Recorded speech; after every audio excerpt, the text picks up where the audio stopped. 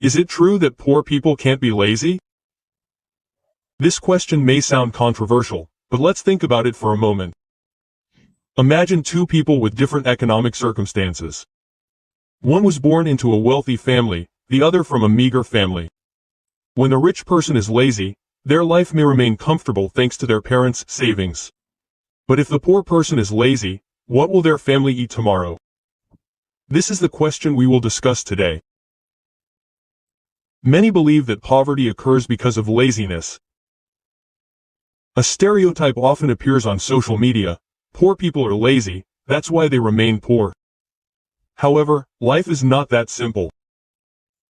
Poverty and laziness are not just about who is willing to work hard and who isn't. There are many other factors at play. So, instead of blaming each other, let's examine the root cause of the phrase, "poor people can't be lazy," and what it really means. This topic is important, especially for those of us who want to improve our lives. This video will examine the reality of economic class differences, the dangers of laziness for the less fortunate, the importance of maintaining rest time, and a closing motivational message. Stay with us until the end.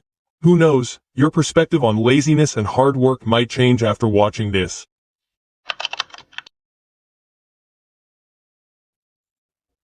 Before judging someone as lazy or diligent, we must first recognize the reality of economic inequality. The reality is, this world doesn't give everyone the same starting position. Some are born into wealthy families with all the privileges. Others struggle from birth. In Indonesia, data shows that inequality remains significant. The Central Statistics Agency, BPS, recorded that approximately 23.85 million people live below the poverty line as of March 2025, representing approximately 8.5% of the total population.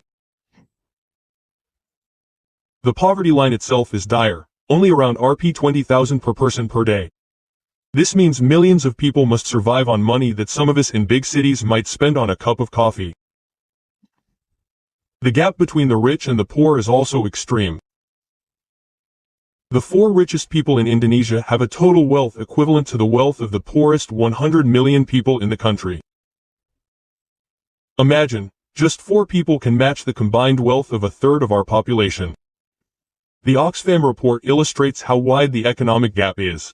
Wealth accumulates in the hands of a handful of people, while millions of others scramble for crumbs of opportunity. In fact, according to economic observer Faisal Basri, the richest 10% of Indonesians control over 75% of the nation's wealth. This indicates that the current system favors those already at the top. The wealthy have access to the best education, business connections, venture capital, and a financial safety net. Meanwhile, the poor are often trapped in a cycle of deprivation, lack of education, low-wage jobs, and virtually no savings. This systemic disparity has a significant impact on life chances. For example, in education, many children from poor families are forced to drop out of school because their parents cannot afford the cost. A UNICEF report noted that 70% of children dropped out of school during the pandemic due to economic constraints. For example, there is the true story of a 13-year-old child in East Nusa Tenggara, NT, who had to drop out of school simply because his mother couldn't afford the Rp 50,000 monthly committee fee. Imagine, for a poor family, that amount of money is already a major barrier to accessing education. Things like this show that poverty is not simply a matter of laziness or diligence. There are social and economic structural factors that force the poor to work much harder just to achieve the same results as those with more affluent lives. The harsh reality of poverty is that there's virtually no room for failure. They don't have abundant savings or investment properties to sell quickly when they need money. A single serious illness can plunge a poor family into debt. When the economy is systemically unfair, the burden falls on the poor to fight twice as hard. This isn't because the poor are inherently lazy, often they already work hard, but because without extra effort, it's impossible for them to achieve financial security. This is why the saying, "poor people can't be lazy," has emerged. This isn't meant to be insulting, but rather as a reminder that circumstances are not in their favor. Therefore, every opportunity must be fought for tooth and nail. Now let's discuss what happens when someone falls into laziness, especially those with weak economic conditions. First, we need to distinguish. Rest is necessary, but laziness is different. Rest is a natural pause to restore energy. Laziness, on the other hand, is the tendency to avoid effort when actually capable. For the poor, falling into laziness can be very dangerous. Why is it dangerous? Because laziness can trigger a domino effect that exacerbates poverty. Imagine if today we procrastinate on work or seek opportunities because we're lazy, tomorrow the kitchen might not be smoking.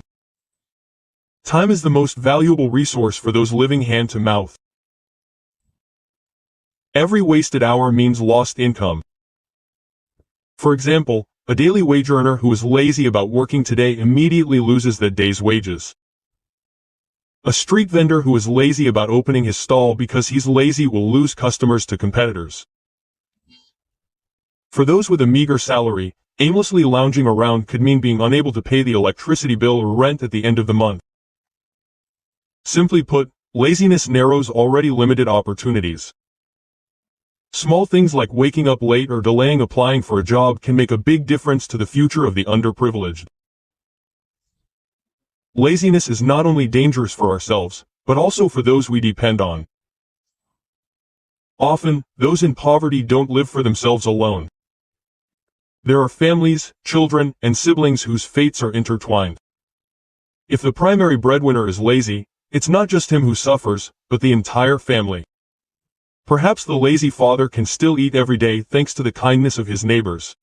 But his children will grow up without adequate nutrition, without a proper education, inheriting the same poverty. Even if there is assistance, it's limited and can't be relied on forever. Laziness seems to rob the future of those we care about. This sounds harsh, but it's true. We can empathize that the lives of the poor are difficult. However, despair that turns into laziness will bring a million negative consequences. From lost job opportunities, to lack of skill development, to declining mental health due to constantly postponing obligations. Interestingly, there's psychological research that helps us understand this phenomenon. A study in the Journal of Personality and Social Psychology found that adults who grew up poor tend to give up more quickly when faced with difficult tasks, 25% more quickly than those from wealthy families. This isn't because they're inherently lazy, but because from childhood they've been accustomed to an environment full of limitations and uncertainty. As a result, they grow up lacking confidence in controlling their circumstances. They often feel like their struggles are futile. As a result, they tend to give up easily as adults. This empathetic explanation explains why some poor people seem less persistent. It's not simply laziness, the harsh environment has eroded their spirit. However, understanding this doesn't mean we should resign ourselves to laziness. On the contrary, it's a warning that we must fight our laziness. Otherwise, our lives won't change or even get worse. So, with empathy, I say, we understand you're tired. Life isn't fair. But giving in to laziness isn't the solution. Poor people can't be lazy because the stakes are too high. For the sake of ourselves and our loved ones, we must strive to rise above every setback. After discussing the dangers of laziness, it's also important to emphasize that rest is necessary. Don't misunderstand. Laziness isn't about working 24/7 non-stop. We all need rest, including those struggling to make ends meet. In fact, without adequate rest, the body and mind can collapse, and ultimately become completely unproductive. The key is finding a balance between hard work and self-care, between discipline and taking a break. Remember, our goal is to escape poverty, not to make ourselves sick from exhaustion. Why is rest important? Because humans are not machines. There are limits to how much we can exert. Productivity isn't measured by how long we work, but by how intelligently we work. Scientific research shows that taking regular breaks can actually improve focus and performance. Many people think the longer they work, the more they get results. However, science shows the opposite. Short, well-timed breaks actually sharpen concentration, improve decision-making skills, and prevent fatigue. This means that instead of forcing yourself to work 12 hours straight with diminished quality, it's better to work effectively for 8 to 9 hours a day with breaks in between. Results will be more optimal and your body will stay healthy. So, how can you self-care without falling into the pit of laziness? The key is time and energy management. Here are some realistic tips you can try. First, create a balanced daily schedule. Set hours for work, study, and household chores, and also designate time for rest. A schedule helps us know when to focus and when to take a break without feeling guilty. Set priorities. Poor people often have to work hard, but make sure that hard work is on the most important things first. Create a daily to-do list, marking which are urgent and which can be postponed. This prevents you from feeling overwhelmed and helps avoid procrastination. Third, use time management techniques. One example is the Pomodoro technique. Work focused for 25 minutes, then take a 5-minute break. Repeat this pattern. This method forces us to be disciplined while also providing regular breaks to keep our brains fresh. You can adjust the intervals. For example, 50 minutes of work and a 10-minute break is needed. Fourth, maintain your physical health. Make sure you get enough sleep every night. Lack of sleep actually makes us more susceptible to illness and makes it difficult to concentrate the next day. Also, make time for free light exercise like walking or stretching at home. A fit body makes us stronger at work and less prone to stress. Fifth, recharge your motivation and mental energy. Rest isn't just about sleeping or lying around. It can also mean doing simple, positive things you enjoy. Reading a borrowed book, praying, meditating, or chatting with family. These activities are like recharging your mind to keep your spirits up. The point is, self-care is a long-term investment. What's the point of forcing yourself to work non-stop if you end up seriously ill? The medical costs will bankrupt you. So don't feel guilty about taking a break.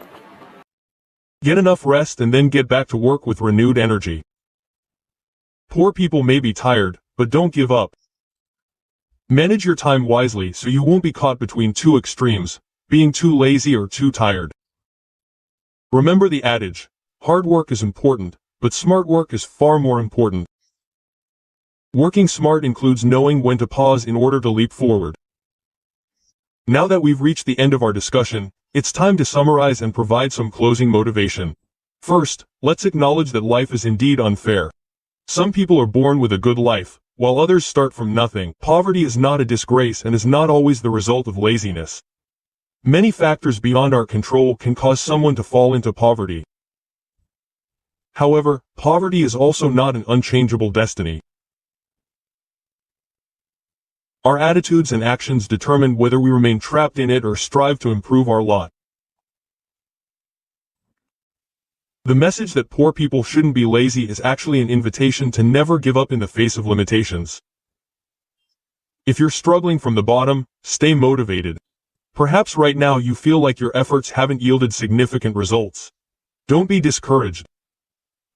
Every new skill you learn, every network of friends you build, every overtime you work, all of these are slowly building a ladder to climb. The path is indeed difficult and tiring, but believe that the future can still be changed. The success stories of many great people demonstrate this. Many entrepreneurs, artists, and even national figures once came from humble beginnings. What sets them apart is their perseverance and tenacity. They didn't let poverty discourage them. Let them inspire you that you have the same opportunity to rise. Finally, I want to leave you with a sentence that I hope will resonate with you. Poverty may be inherited by circumstances, but escaping poverty requires hard work. The poor cannot be lazy. Not because they don't deserve rest, but because the hope of a better life only comes to those who persevere. Let's leave laziness behind, embrace hope, and face the future with real action. You are not alone in this struggle. Millions of people out there are struggling like you. If they can survive and succeed, so can you. Stay strong, keep praying, and keep moving forward. A brighter future awaits you at the end of the road. Keep your spirits up,